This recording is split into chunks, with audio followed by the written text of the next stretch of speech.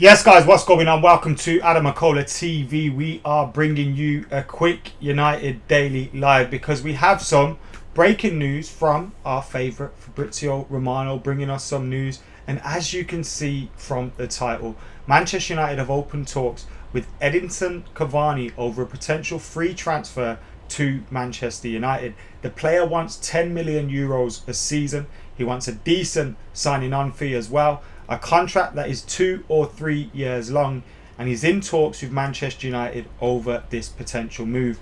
We'll be getting the full updates that we have received, as it's not just Fabrizio Romano, but it's also some sections of the British press that are also reporting this news today. So we'll get the updates, the latest updates on Edinson Cavani. We'll also be looking at the latest in regards to Diogo Dalot arriving in Milan to complete his move to AC Milan. Now, we obviously saw yesterday that move was given the here we go, and now Diogo Dalot is there in Milan to complete that move today. So that one is almost done and dusted.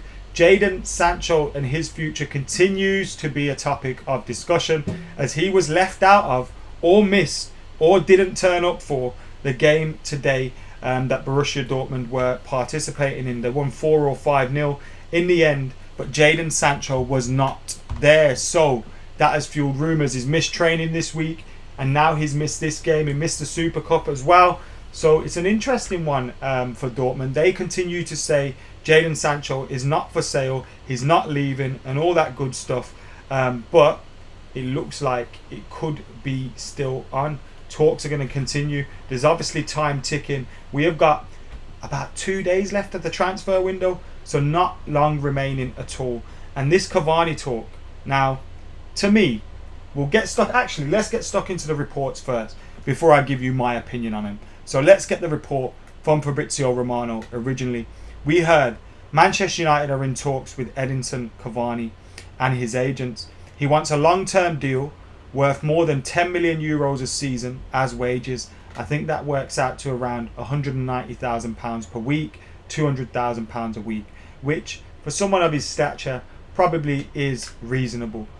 He also wants a huge agent's fee. Cavani has been offered to clubs, Manchester United by days, and also to other clubs months ago, Benfica and Atletico, but those moves failed because of the agent's fee. Obviously, Atletico Madrid ended up signing Luis Suarez, but Edinson Cavani, who is now a free agent following his time at Paris Saint-Germain, is looking for a move in these next couple of days. Obviously, as a free agent, he can move after the transfer window as well. But would Manchester United be up for this deal? To me, do we need a striker? AdamMcKola is going to be here for 2 or 3 more months. Do we need a striker? Yes, we need a backup option as a striker. Igalo's not going to be here much longer. We're not going to extend his contract. We're not going to sign him on a permanent deal. So we do need a backup striker. Obviously, we have priorities of right wing, left back, centre back that we need to fill as well. But since when do you just have to make one signing every summer? It's only because United are so inept that we feel like we have to only make one signing every summer. But we do need a number of players in a number of positions, and striker is one of those. And it has been rumoured that United wanted a right winger, wanted a left back, and wanted a striker. David Ornstein also reported that recently as well. Now, the problem for me with this Edinson Cavani thing is Manchester United, yeah. If we had got our priority signings done, we got Jadon Sancho, we got a left back in or a centre back, and then we brought Edinson Cavani in on a 1-year deal, 200 grand a week, whatever. I don't care about wages really, to be honest, but 200 grand a week, all right, fine. That's competitive enough for someone of his caliber. And for a year, with an option for an extra year, you'd think that's actually smart business. You know, you get your right wing position filled, you get an experienced pro as an alternative, as a backup option, as someone to come off the bench, and as a replacement for Igalo when he goes out. And obviously Cavani's better than Igalo, but it doesn't seem like that when you're doing it in the last couple of days of the transfer window. It seems like a panic buy. It seems like a typical Ed Woodward move. You know, kind of a signing that's a big name. You can bring him in and say he's won this, that and the other. He's scored this many goals. He's going to sell a few shirts, and he might even contribute a few goals. But he's going to be a player on, a decent contract. Knowing Ed Woodward, we'd probably give him 3 or 4 years, and then we'd be stuck with him. He's going to have his injury issues, and you just think this deal stinks of an Ed Woodward deal. You know, there's a way where you could have looked at this as a positive, but because of the rest of the transfer window, you're left feeling this is a panic. You're left feeling this is a panic. Now, if we get our right winger and we get Jadon Sancho and we get Alex Telles and we get Cavani, probably look back and think, that's not been a bad transfer window, you know. In hindsight, it's not been a bad transfer window. Yes, we left it late. That's not ideal. But knowing us, we probably only get Edinson Cavani.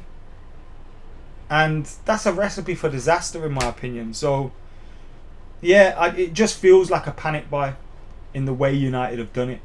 I don't think that should take away from the fact, yes, Cavani's had his injury issues, which is a problem. But we wouldn't be relying on him to play week in, week out. You know, you get him for a year or two. Decent cover for Martial, Rashford and all them. And, you know, it's a rotation option, an experienced rotation option. But stinks of a panic. Stinks of a panic. And it stinks of Ed Woodward panicking as well. But there you go. The Telles negotiations continue to drag on as well, as Manchester United are intent that they don't want to pay the asking price of around 25 million euros for Alex Telles. United probably hoping that Porto will buy it on a cheaper deal towards the back end of the transfer window, and late on October the 5th, I imagine. And also Diogo Dalot arriving in Milan for his medical. That has happened already as well. So it looks like his move will be confirmed. We've got rid of Alexis Sanchez on a permanent deal. Tahith Chong's gone out on a loan. Diogo Dalot's going out on a loan. We're still looking at what's going on with Chris Smalling. Jimmy Garner, Dylan Levitt have gone out on a loan. You know, we haven't done many deals, but there are the odd deals. Andreas Pereira's gone to Lazio on a loan as well with an option for a permanent. There are deals happening. There are deals ticking over. There are things happening, but it doesn't feel great as a Man United fan right now. But positives are, Jadon Sancho was not in the Dortmund squad today. He was not in their match day squad in their game. They did win their game, so they didn't need him particularly to win that. Erling Haaland with a hat-trick as they won. But, you know, Jadon Sancho wasn't in the squad today, so that's a good thing for Manchester United in terms of Jadon Sancho. And hopefully we'll be putting in a bid, because there's no way he's been left out because of illness. There's no way. No way he's been left. This is something to do with United's bid. Now, whether it doesn't mean we're definitely going to sign him, but if we get a bid through that's acceptable, I think it's on. And I think he's doing his part now, forcing it a little bit. And it's maybe what United were hoping for, although it might be a little bit too late. So good to see he wasn't in the squad today. I was waiting for him to be in the squad and everyone to just go into a meltdown. Vishal says this seems like panic buying. 2 or 3 year contract, there will be another Falcao. I'm not up for this at all, says Ines. Yeah, I wouldn't want him on a 3 year contract. I'd give him a 1 year deal if we were going to bring him in. We never had Falcao on a permanent contract, by the way, but I know what you mean in terms of him. Is it good or bad that we loaned Dalot out before having secured Telles, and it might drive the price up knowing we need a left or right back now, says Peter. I don't think so, because Dalot was never going to be... I think Dalot would have left anyway. So I don't think that would have come into play, but who knows, maybe it would. Remember guys, we will be live at 10:30 PM UK time every single day for United Daily Live. This was just a bonus live video because of that Cavani news, and that Cavani news is from Fabrizio Romano that Edinson Cavani and his agents are in talks with Manchester United over a possible move. The only problems are he wants a long-term deal. He wants more than 10 million euros per season. The wages probably isn't actually an issue. Imagine you got Cavani for 1 year, you paid him 10 million euros and you paid his agent 10 million or 5 million, whatever. It's not actually a bad deal when you're not paying a fee. But getting him on a long-term deal is a big problem in my opinion, especially when he's at 33 years old. You don't want to be getting involved in no long-term deal for him. This was an update from Fabrizio Romano on a lot of our business. He says United are in talks for different players, but won't accept to pay crazy wages and a crazy agent's fee for Edinson Cavani. Talks are still on. I'd love United to just go 150 grand a week, 1 year deal. If you want it, give us a call. If not, forget it and leave it up to him. If he wants to come for the challenge, at Old Trafford and he wants to come and play for United, then he'll come and do that, I'm sure, because, you know, how much was he on at Paris Saint-Germain? 200 grand a week. Why would you expect your wages to go up when you're 33? Won't accept to sign Dembele on a permanent deal as Barca have asked, only a loan. That one's not easy, and it looks like Ousmane Dembele will be staying at Barcelona. I think that one's more or less complete or confirmed, and I don't think Manchester United will have to deal with any sort of Dembele rumours. We'll have rumours, but I wouldn't really read anything into them. I think that Dembele one's probably gone now. United won't accept to pay the 25 million euro for Telles with 8 months left on his contract as well, says Fabrizio Romano. So United not looking to pay 25 million euros for Telles. I think that's fair, but make a decent offer then. Do you know what I mean? Instead of fucking around, not making any decent bids at all, not getting anywhere. Make a decent offer for someone, please. We'll give you some other updates as well, because I'm sure we'll have loads more things to talk about later on today. The MEN are saying Manchester United are continuing their talks with FC Porto over a move to sign Alex Telles. There's also talk from that in the Manchester Evening News that United are believed to want another striker option to ease the burden on Anthony Martial, with Odion Ighalo far down the pecking order. Anthony Martial was rested midweek in the Carabao Cup. Not a surprise to see. He's our main man up top. We need to look after him ahead of that game against Spurs. He's important to the way we play as well. So yeah, you can see why we're looking for a striker. I just don't want to see us get involved in any daft deals with Edinson Cavani.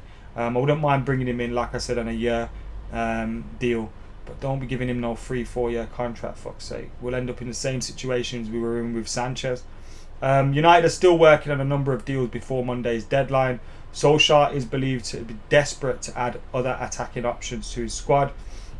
Continues the Manchester Evening News. Rob Dawson from ESPN also reiterated the talks in regards to Cavani, saying United are in talks and are working actively on an agreement. So that one, who knows what could happen there. Il Tempo in Italy, and this is via United Report as well. So the latest offer from Roma for Chris Smalling amounts to 17 million euros, but United have not yet given their okay. United want 20 million euros. Roma do not seem to have a plan B ready. And there's reports in Spain that Ousmane Dembele will be staying at Barcelona. He is not going to leave now. As we said, that one looks like it is done and dusted. But we're hearing the talks in relation to Edinson Cavani that Manchester United are in negotiations with his agents over a potential deal. He's obviously a free agent. He wants around 200 grand a week, which for someone of his caliber isn't bad. But if he wants a long-term deal, we need to steer clear of that. A short-term deal, I wouldn't mind Edinson Cavani as a rotation option or backup for Anthony Martial, but I don't want to see us get involved in any stupid deals at all. And we got to bear in mind, I know some people are thinking, what about Ighalo? Ighalo's going to leave in 2-3 months. I think we've just got to be realistic about that prospect. Ighalo will be off. But to me, it stinks of a panic buy. If we were in a situation where we'd got our priority signings done, we brought the players that we wanted in, and then we were adding Edinson Cavani into that, I think you think, yo, that's not a bad deal. You know what I mean? But it seems like United are just putting all their hopes on this fucking deal at the moment, which is typical Ed Woodward. Last days of the transfer window kind of deal this Cavani one is. And that's what makes me feel a little uneasy about it. But in terms of the player that he is, the role he'd be coming in, the option he'd be giving you in the squad, you'd rather bring off Edinson Cavani off the bench than Ighalo. As much as I love Ighalo, you'd rather bring Edinson Cavani off the bench than Daniel James. Like, when you look at our bench at the moment, it's not great. Especially if we're starting Greenwood, Rashford and Marshall, we've got no real attacking threat on the bench. So we do need someone in that position, but I don't want to see us get into a stupid deal with Edinson Cavani. Anyway, guys, thank you for tuning in. Remember, this was just a quick, little breaking kind of news. United Daily Live. The traditional show is at 10:30 p.m. UK time, and unless something else comes out in the next couple of hours, that is when we will be back. So I'll see you later on for United Daily Live, and for now, I've been AdamMcKola. This has been United Daily. I'm out of here.